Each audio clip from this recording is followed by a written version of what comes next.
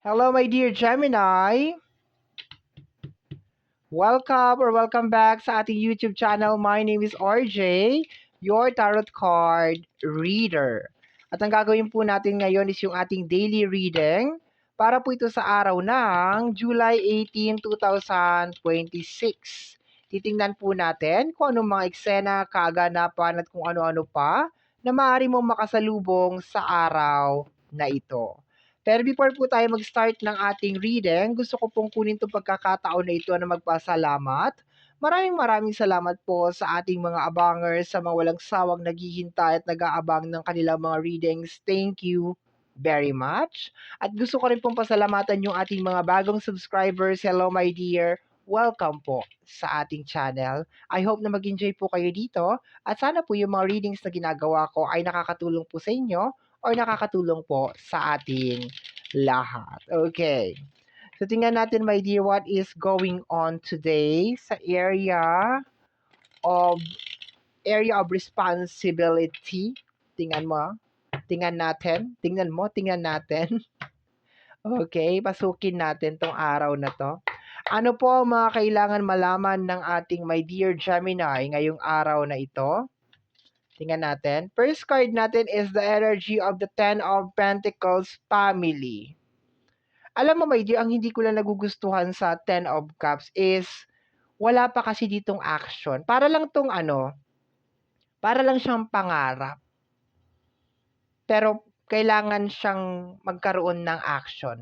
Kung meron tayong reversal, yeah, automatic negative. Kaso, partner-partner kasi tayo ngayon, so napaka-importante yung kanyang clarification. Tingnan natin ha. Paki-clarify po ang ating Ten of Cups. Paki-clarify po ang ating Ten of Cups. Paki-clarify po ang ating Ten of Cups. Okay, we have here the energy of the Two of Wands. Okay. So, hindi maganda yung kanyang clarification, my dear Gemini. And ang matatamaan nitong dalawang card na to is family and relationship.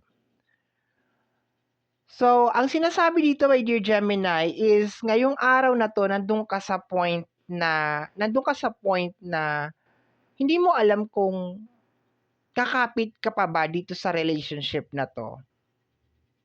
Hindi mo alam kung maniniwala ka pa ba, kung susubukan mo pa bang mag-effort dito sa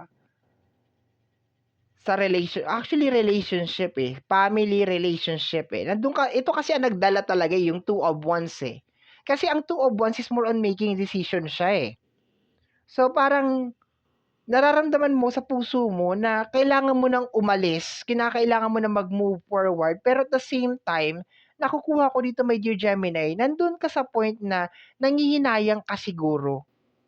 Nanghihinayang ka doon sa mga pangarap, sa mga plano, sa mga, alam mo yun, kung ano yung meron yung Ten of Cups.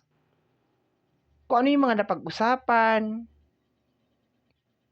Kaso siguro, kaya ka nalalagay sa ganito na sitwasyon is siguro, nandun ka sa point siguro na napapagod ka na kasi baka ikaw lang yung mag-isa na naglalagay ng kulay dito sa energy ng Ten of Cups. Hindi mo masyadong maramdaman yung kung meron mga kasali dito, my dear, sa area ng family or sa loob ng relationship, hindi mo maramdaman. Kaya nandun ka siguro sa moment na, dito ko ba ilalagay yung energy ko o ilalagay ko na lang sa ibang lugar? Okay? Yung Two of Wands, my dear, talaga ang nagdala dito. Kasi clarification siya Okay, let's go tayo, my dear Gemini. Next card. July 18, 2026, Gemini.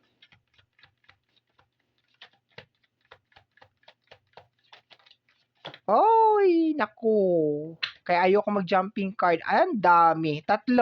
So, yung isa, itatabi muna natin, my dear, ha? Tatabi natin. We have here the energy of the Ace of Pentacles. Ang kanyang clarification is, sa energy ng Two of Swords, di ka talaga makapag-decide. Hindi ka talaga makapag-decide, my dear. Kahit sa trabaho, hindi ka makapag-decide kung magre-resign ka or magmo-move forward ka. Magulo ang isip mo ngayong araw na 'to, my dear. Sa relationship, sa career, hindi mo alam kung anong gagawin mo.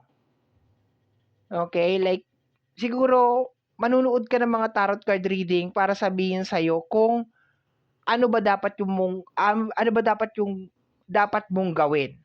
Okay, kung ano ba dapat yung susubukan natin ngayon 'no, kung masasagot ko 'yan, yang tanong mo kung ano ba yung dapat mong gawin, kung ano ba talaga yung dapat mong piliin, kung mag-i-stay ka ba or magmo-move forward ka ba. Kasi sa energy ng pera medyo hesitant ka dito, my dear, eh. Medyo may pag-aalinlangan ka dito kung tutuloy ko ba 'to, ano ba 'to, may kikitain ba ako dito, magiging maganda ba yung kalagayan ko dito. Yun siguro ang pinapangamba mo dito sa energy ng pera, eh. Kung magre-resign ba ako dito at lilipat ba ako doon, magiging okay ba yung kalagayan ko doon? Magiging masaya ba ako doon or parehas lang? Sa area, my dear, ng connection or ng relationship or ng family,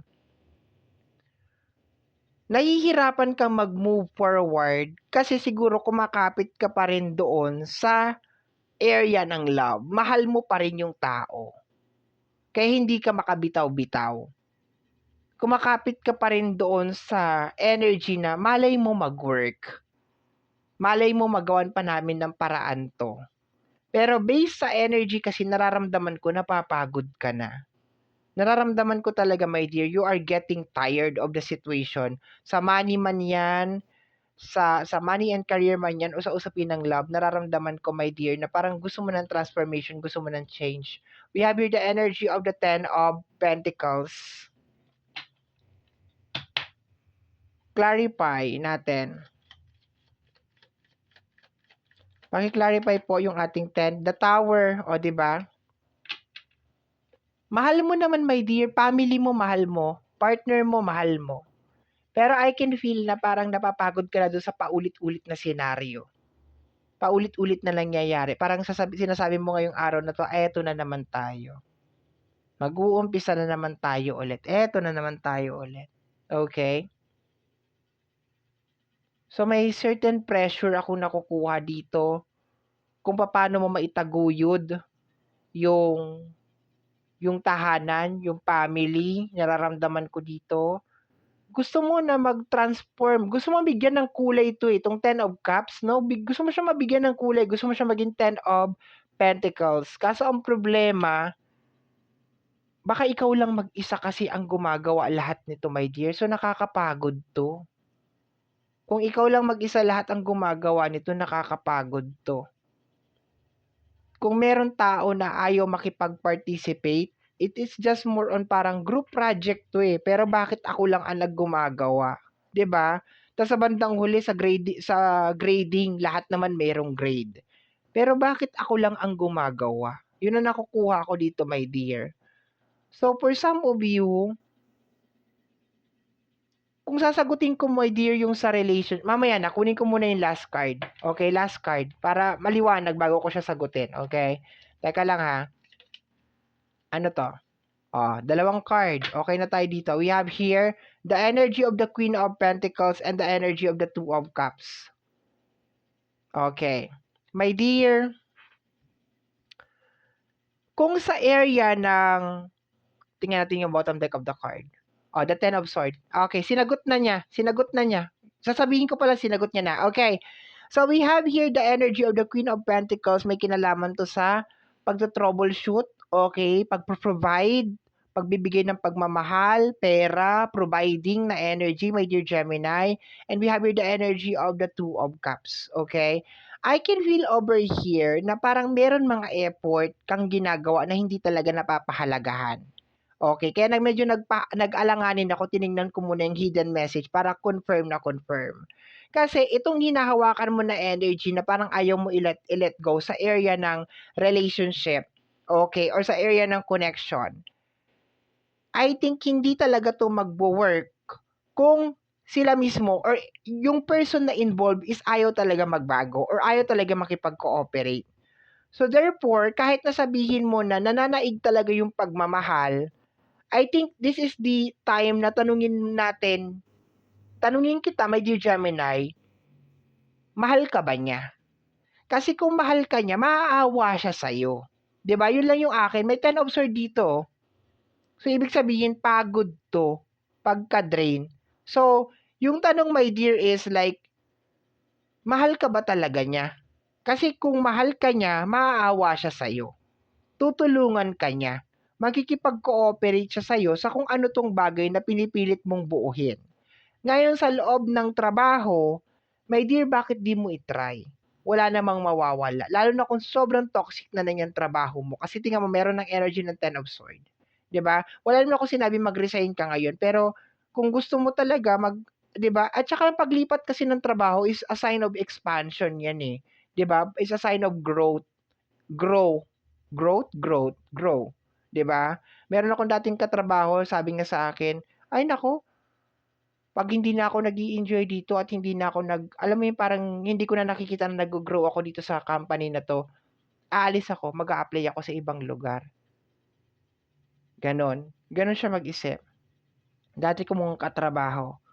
So, kumbaga parang sabi niya pa sa akin, "Hindi naman ako magiging tagapagmana ng kumpanya na 'to kaya," 'di ba, kung hindi na talaga kung ang company na lang ang nagbe-benefit sa akin at ako hindi na ako nagbe-benefit sa kanila, it's better na maghanap na lang ako ng iba. Pero hindi ko naman sinasabi, my dear, na mag-resign ka ngayon. Pero kung gusto mo na mag-grow ka, mag-expand ka or something, so puwede ka naman mag-job hunting ngayon. Kasi ang nakukuha ko, my dear, dito na energy is repeated na cycle sa usapin ng relationship, sa usapin ng work, and hindi nasusuklian na love, effort na nilalabas mo sa mga tao. Okay, yun ang nakukuha ko dito, my dear. Okay, and isa pa sa nakukuha ko dito, mag-ingat ka sa mga bagong tao. Like lalo na kung kakikilala mo pa lang ng mga 4 months, 3 months, gano'n, mag-ingat ka sa kanila kasi possible na may ibang agenda yung tao na yan. Mag-ingat ka. Once again, 3 months or 4 months from today na napanood mo ito, yung tao na yan, mag-ingat ka diyan, kilalanin. Marami ka pang kailangan malaman diyan, yun ang nakukuha ko, my dear. Marami ka pang kinakailangan ma-discover sa tao na yan. So, ingat-ingat lang, my dear. And you have a blessing over here. So, pag na-receive mo na yung blessing na yan, alagaan mo talaga. Just take good care of it, my dear. Okay? Alagaan mo talaga ng mabuti. Okay? So, my dear Gemini, yan po ang nasagap natin na message energy para sa araw na ito, July 18, 2026. Kagaya po na lagi kong sinasabi, ang tanging hiling at dasal ko lamang po sa ating buong may kapal na mga readings na ginagawa ko ay nakakatulong po sana sa ating lahat. Maraming salamat po. Thank you, my dear. Bye-bye. Take care. Ingat-ingat po.